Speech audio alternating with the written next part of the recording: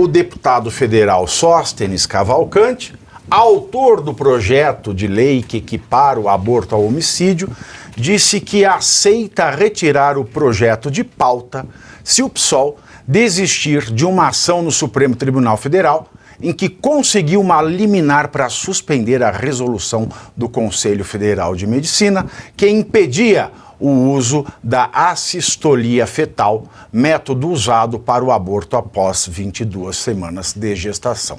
Além disso, por conta da repercussão negativa e das reações contrárias da população, o projeto deve ter sua votação postergada na Câmara após as eleições municipais.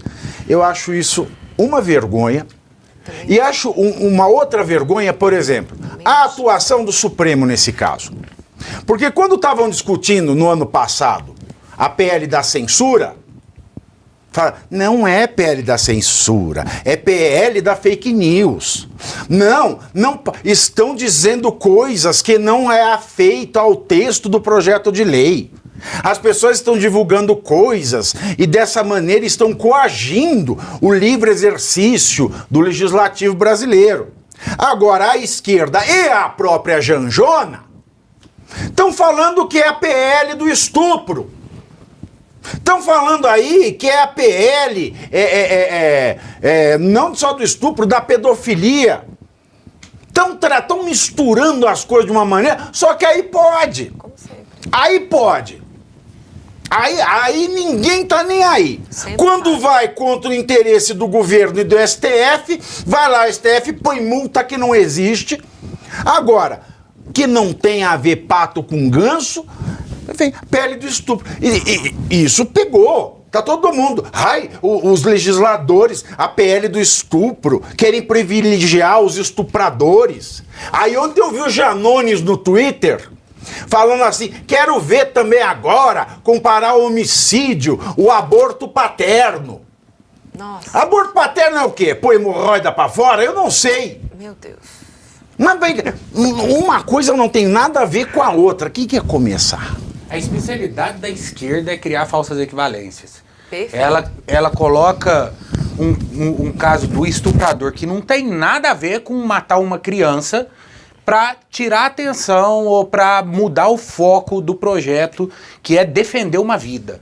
Que na minha visão, essa lei, essa PL do aborto, ela direciona-se para defender a vida da criança, que já é uma criança dentro da barriga da mãe, sendo ali gestacionada. Só que eles pegam um fato, e agora tem até algumas redes, né, de notícias aí, que começaram a fazer um sensacionalismo barato em cima disso, trazendo fatos antigos de crianças que engravidaram e que foram estupradas para sensibilizar a população. Eu vou dizer, tem que sensibilizar mesmo, porque a população brasileira é absolutamente contra qualquer tipo de aborto. É uma população extremamente conservadora. Nós temos uma pesquisa da Quaest, inclusive divulgada pela própria Globo, que 7 em cada 10 brasileiros são contra o aborto, totalmente contra o aborto. Qualquer tipo de aborto, em qualquer tempo, é contra o aborto. E junta-se a isso a impopularidade do governo Lula, que vem crescendo cada dia mais. Então o governo não tem nem capital político e nem apoio popular para conseguir avançar ou para abortar, vou dizer, esse projeto. Então o que eles estão fazendo? Eles estão tentando diminuir a importância do projeto, queimar o projeto, para depois eles conseguirem ou derrubar a votação ou rejeitá-la caso ela vá para votação. Não, e que é um absurdo. Fala 22 semanas de limite. 5 meses e meio. Você é vítima de um estupro. Deus me livre. Deus nos livre a todos dessa situação. A todos. A todos. Mas 5 meses e meio é tempo. É tempo suficiente para você tomar uma decisão. Porque ninguém está tirando o direito.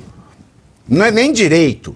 É a extinção de punibilidade. Ninguém tem direito ao aborto no Brasil. É a extinção de punibilidade no caso de risco à vida da gestante, o anencefálico e a gestação fruto de estupro. Agora, 5 meses e meio é tempo suficiente. E outra, vale lembrar, o governo federal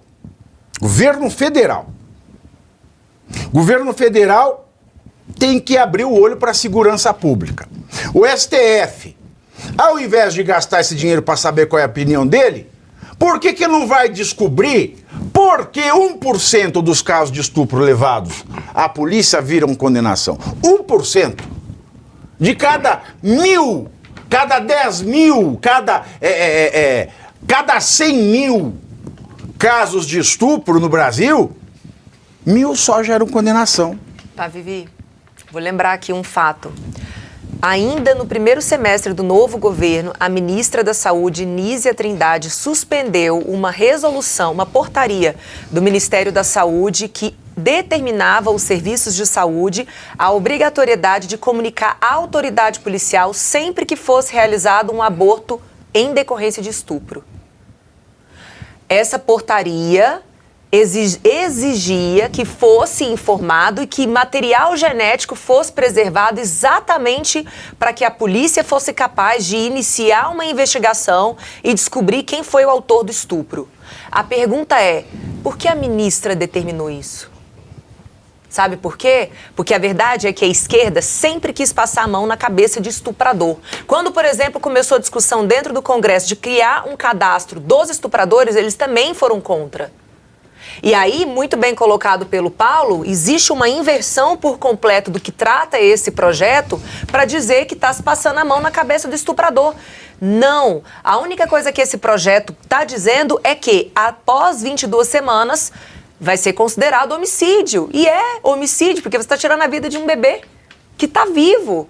Agora, esse cálculo que o Paulo também trouxe, eu gostei. A fragilidade do governo, ela ficou patente porque ele não conseguiu negociar com o PSOL, porque foi o PSOL que começou com essa história toda quando ele pediu para o STF derrubar a resolução do CFM que proibia a sistolia fetal depois de 22 semanas.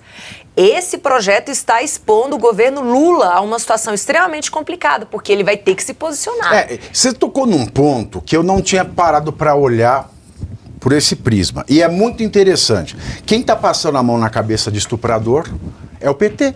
Claro. Porque quando a Nízia Trindade, eu não tinha parado para pensar nisso, ela desobriga a ocorrência. Porque não precisa ir fazer ocorrência para depois. Não, você chega no SUS, fala, eu tive um estupro, quero abortar. A polícia vai até lá e toma a notícia.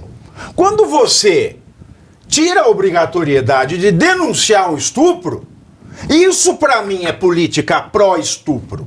Claro. E tem um outro dado, Júlia. Eu não sei se você sabia. Pró-estupro e pró-aborto. Eu não sei se vocês sabiam, mas no ano passado, o governo federal, o Ministério da Justiça do Flávio Dino, diminuiu a verba da Polícia Federal que seria endereçada a um campo nacional, que seria a verba destinada para melhoramentos da área do banco de dados genéticos nacional. Por exemplo, um estuprador é pego pelos dados genéticos dele, ou por aquilo que se acha na vítima, você joga no banco de dados nacional e bate, porque se ele já estuprou antes, é fácil de ele ser achado.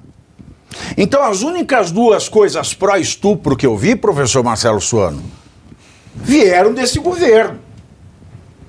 Em primeiro lugar, quando você desobriga alguém que quer abortar porque a gestação veio de um estupro, porque, vamos e convenhamos, se você é vítima do estupro, e eu não consigo imaginar, mensurar a dor que isso deve ser, como isso deve acabar, devastar com a vida de alguém. No mínimo, você vai para o SUS, vai realizar o aborto, que não tenha punição, você precisa relatar o caso. Claro. Porque quando você fala assim, é a revitimização. Me desculpa, mas o maior risco de revitimização é deixar o estuprador solto. Com certeza.